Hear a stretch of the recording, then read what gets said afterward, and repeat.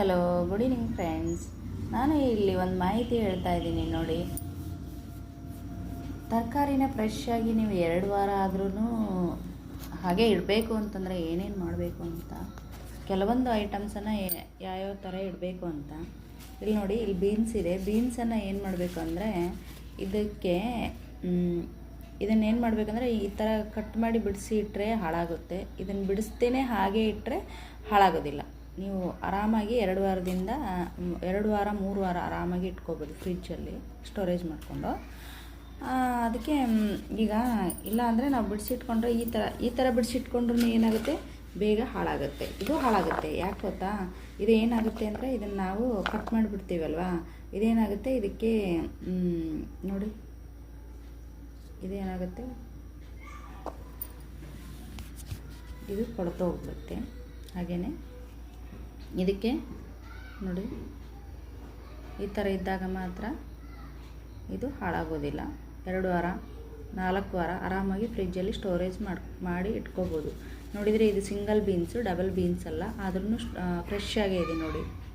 ಆದರೆ ಜಾಸ್ತಿ ಹೊತ್ತು ಫ್ರಿಜ್ಜಲ್ಲಿ ಐಟಮ್ ಇಟ್ಕೊಂಡ್ಬಿಟ್ಟು ವಸ್ತುಗಳನ್ನ ಇಟ್ಕೊಂಡ್ಬಿಟ್ಟು, ತರಕಾರಿನಾಗಲಿ ಏನೇ ಆಗಲಿ ಇಟ್ಕೊಂಡ್ಬಿಟ್ಟು ತಿನ್ನೋದ್ರಿಂದನೂ ಆರೋಗ್ಯಕ್ಕೆ ಒಳ್ಳೆಯದಲ್ಲ.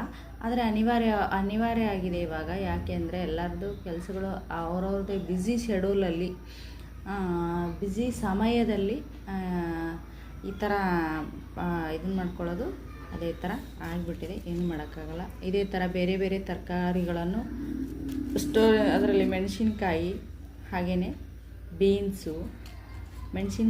ಬೀನ್ಸು ಮತ್ತು ಕೆಲವು ತರಕಾರಿಗಳನ್ನು ಈ ಥರ ಇಟ್ಟಾಗ ಏನಾಗುತ್ತೆ ಅಂದರೆ ಸ್ಟೋರೇಜಲ್ಲಿ ಫ್ರಿಜ್ಜಲ್ಲಿ ಅದು ಹಾಳಾಗೋದಿಲ್ಲ, ಆರಾಮಾಗಿ ಇಟ್ಕೋಬೋದು.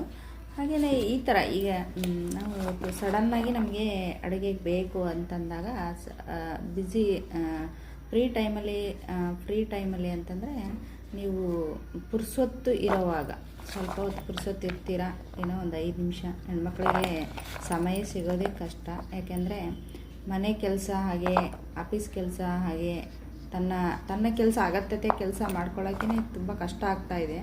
ನನ್ನ ಸಮಯದ ಅಭಾವ ತುಂಬ ಆಗ್ತಾಯಿದೆ. ಬರ್ತಾ ಸ್ಟ್ರೆಸ್ಸು, ಮಾನಸಿಕ ಒತ್ತಡ, ಸ್ಟ್ರೆಸ್ಸು ಅಂದರೆ ಮಾನಸಿಕ ಒತ್ತಡ, ಹಾಗೆಯೇ ಅವಳ ಕಾಯಿಲೆ, ಹಾಗೆಯೇ ಅವಳ ಆರೋಗ್ಯ. ಅವಳದು ಹೆಣ್ಣು ಅಂದರೆ ತುಂಬ ಇರುತ್ತೆ. ಅದು ಏನು ಅಂತಂದರೆ ಹೇಳೋಕ್ಕಾಗಲ್ಲ. ಬೆಳಗ್ಗೆ 8ರಿಂದ ಸಂಜೆ 8ರವರೆಗೂ ಅವಳು ಎಷ್ಟೇ ಕಷ್ಟಪಟ್ಟರೂ ಕೆಲಸಗಳು ಮನೆಯಲ್ಲಿ ಮುಗಿಯೋದಿಲ್ಲ.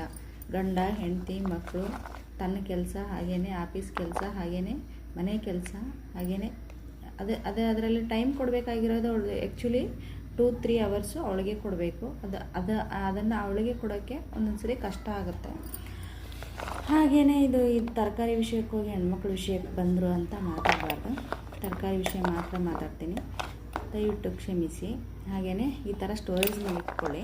ತರಕಾರಿನ ಪುರ್ಸೊತ್ತಿರೋವಾಗ ಈ ಥರನ ಕಟ್ ಮಾಡಿ ಇಟ್ಕೊಂಡ್ಬಿಟ್ರೆ ಬೆಳಗ್ಗೆ ನೀವು ಬೇಗ ತಿಂಡಿಗೆ ಇದನ್ನು ಉಪ್ಪಿಟ್ಟಿಗೆ ಹಾಕ್ಬೋದು. ಹಾಗೆಯೇ ಮತ್ತು ಪಲಾವಿಗೆ ಹಾಕ್ಬೋದು. ಹಾಗೆಯೇ ಇದರ ಪಲ್ಯ ತಿನ್ನಬೇಕು. ಇದು ಫೈಬರ್ ಶಕ್ತಿ ಹೊಂದಿರೋದ್ರಿಂದ ಇದು ಮಕ್ಕಳಿಗೂ ಮತ್ತು ದೊಡ್ಡವರಿಗೂ ಎಲ್ಲರಿಗೂ ತುಂಬ ಒಳ್ಳೆಯದು. ಫೈಬರ್ ಅಂದರೆ ನಾರಿನ ಅಂಶ ಅಂತಂದರೆ ಫೈಬರ್. ನಮ್ಮ ಎಲುಬು ಮೂಳೆ ಗಟ್ಟಿಯಾಗಲು ಇದು ಒಂದು ಸಹಾಯಕ ಶಕ್ತಿಯಾಗಿದೆ. ಇದನ್ನು ನಾವು ತಿನ್ನೋದ್ರಿಂದ ಏನಾಗುತ್ತೆ, ನಮ್ಮ ಎಲುಬು ಮೂಳೆಗಳು ಕೂಡ ಅದರಲ್ಲಿ ಒಂದು ಪಾರ್ಟ್ ಆಫ್ ಅಂದರೆ ಗಟ್ಟಿತನನ ಹೊಂದತೆ ಅಂತ ಹೇಳ್ತಾ ಇದ್ದೀನಿ. ಧನ್ಯವಾದಗಳು. ಸಾವಿತ್ರಿ ನಾಮತಿ ಕವಿತ್ರಿ ಧಾರವಾಡ. ಹಾಗೆಯೇ ನಾನು ಯೂಟ್ಯೂಬ್ ಲೈಕ್ ಮಾಡಿ, ಶೇರ್ ಮಾಡಿ, ಸಬ್ಸ್ಕ್ರೈಬ್ ಮಾಡಿ. ಟಾಟಾ, ಬಾಯ್ ಬಾಯ್.